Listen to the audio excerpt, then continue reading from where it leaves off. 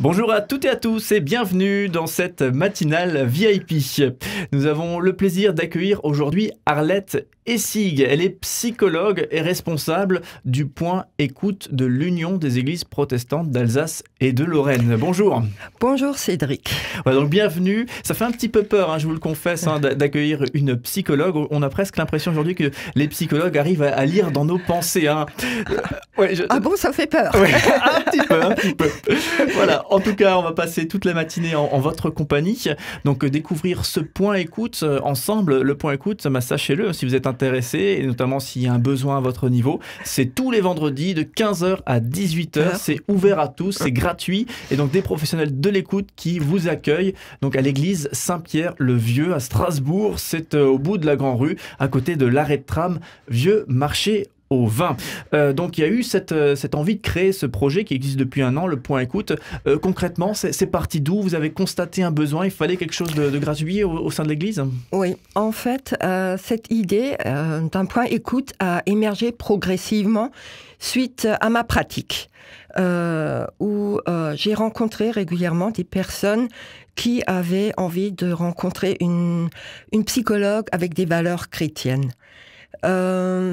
J'ai aussi rencontré d'autres professionnels au niveau de l'UEPAL, Rachel Wolf, qui est conseillère conjugale, responsable de la pastorale conjugale, et aussi deux pasteurs, Sandra Surger-Droit et Jacques Parmentier. Et nous avons cheminé ensemble, nous avons réfléchi parce que chacun de nous avait ressenti l'envie de créer ou d'avoir quelque part au niveau de notre église, l'UEPAL, un lieu d'accueil et d'écoute ouvert pour tous. Nous avons donc cheminé ensemble pendant plus d'1 an, voire presque 2, où nous nous sommes rencontrés régulièrement pour réfléchir de comment ça pouvait se mettre en place.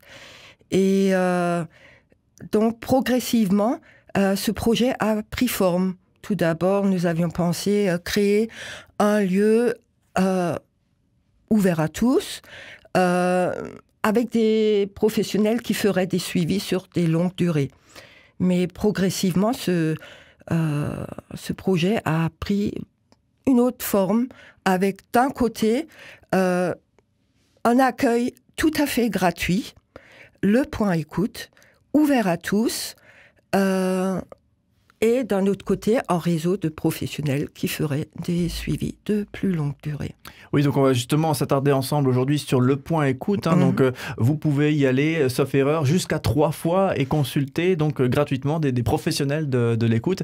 Justement, ce côté, puisque ça se déroule dans une église, on le disait tout à l'heure, Saint-Pierre-le-Vieux, et c'est des professionnels issus du monde protestant. Pour le coup, est-ce que c'est important pour certaines personnes de se retrouver face à des professionnels de l'écoute, mais qui ont également cheminé au sein d'un monde protestant et qui sont peut-être porteurs de valeurs chrétiennes? Oui, c'est très important pour certaines personnes. Cela crée pour eux un climat tout de suite de confiance. Elles se sentent tout de suite dans un climat où elles peuvent parler aussi de leur relation avec Dieu. Elles ne se sentent pas mises en danger ou interroger pourquoi Dieu dans votre vie, et elles se sentent tout de suite en confiance quand elles sentent que la personne qui est en face d'elles peut aussi écouter ce qu'elle vit en relation avec Dieu, dans sa foi, ses questionnements, ses interrogations, ses doutes, et c'est très rassurant pour la personne croyante. Je ne veux pas dire qu'une psychologue autre ne puisse pas le faire, mais c'est surtout pour la personne qui chemine ou qui est croyante. Des fois, c'est très important. Pour le professionnel de l'écoute, souvent, c'est une bonne chose de connaître le sujet. D'une manière générale, là, c'est la foi qui est visée, mais ça pourrait être d'autres sujets. J'ai pas tout à fait compris. Pour le professionnel de l'écoute, c'est une bonne chose de connaître finalement le sujet. Donc là, en l'occurrence, la foi, mais ça pourrait être décliné sur d'autres sujets qui sont partagés par justement les patients. Le professionnel est plus à l'aise lorsqu'il connaît son sujet? Je dirais, nous accompagnons les personnes là où elles sont. Parfois, il y a un langage aussi qui est important de connaître. Il y a... Ouais, c'est important de savoir. Ouais, enfin, comment dire? Ouais, c'est important. Au-delà du vocabulaire, on arrive à mieux percer peut-être les réalités décrites par les gens? Oui, on arrive mieux à comprendre ce que les personnes vivent, les doutes, parce que nous sommes aussi des personnes, en fait, qui avons peut-être connu ces doutes. Et voilà, je dirais... c'est important pour ces personnes. C'est vrai que peut-être face aux professionnels de l'écoute, on se sent face à presque ce maître qui sait tant de choses et qui a presque un regard transversal et expert sur la psychologie humaine. Ouais. Et alors que j'imagine que le psychologue lui-même peut connaître un parcours mouvementé. Ben, tout à fait. Quand tu as dit avant que le psychologue, c'est comme s'il savait... il fait peur. Oui, il fait peur. Oui.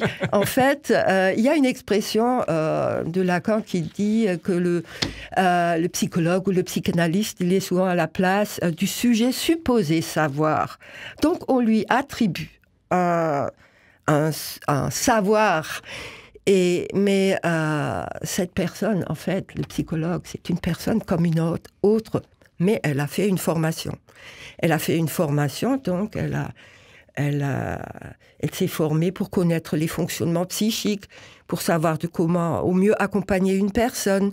Elle a aussi une supervision, hein, donc, parce que le psychologue ne travaille pas tout seul. Il est aussi supervisé. C'est-à-dire, il y a un psychologue référent qui l'accompagne, parce que, comme dit, le psychologue est une personne et il peut connaître tous les aléas de la vie aussi. Voilà. Oui, et j'imagine que ça ne doit pas toujours être évident non plus d'entendre des histoires qui ne sont pas forcément faciles à entendre aussi parfois à certains égards.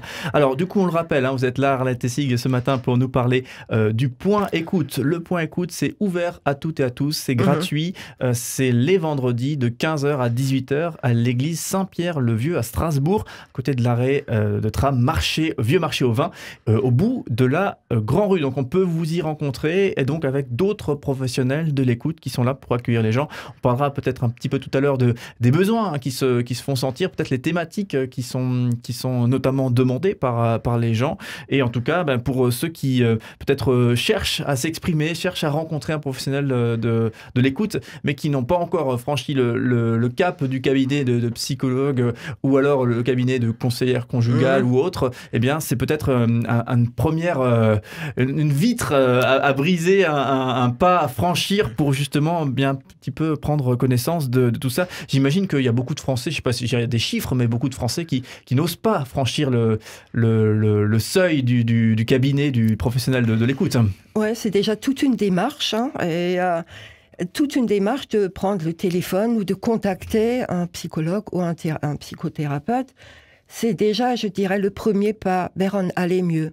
Ça veut déjà dire que la personne, elle s'engage dans quelque chose pour aller vers un mieux-être.